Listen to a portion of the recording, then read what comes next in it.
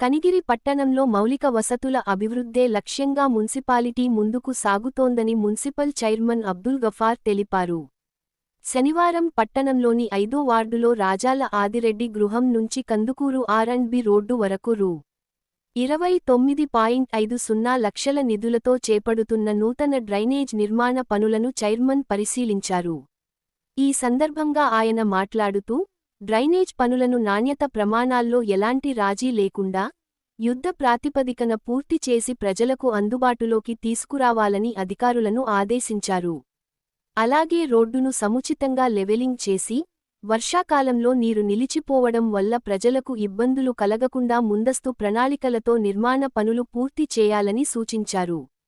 Municipality పరిధిలో మౌలిక వసతులు మెరుగుపరిస్తే పట్టణ అభివృద్ధికి మరింత ఊపొస్తుందని పేర్కొన్న చైర్మన్, ప్రజల సౌకర్యమే ప్రధాన లక్ష్యంగా అభివృద్ధి కార్యక్రమాలు కొనసాగుతాయని స్పష్టం చేశారు.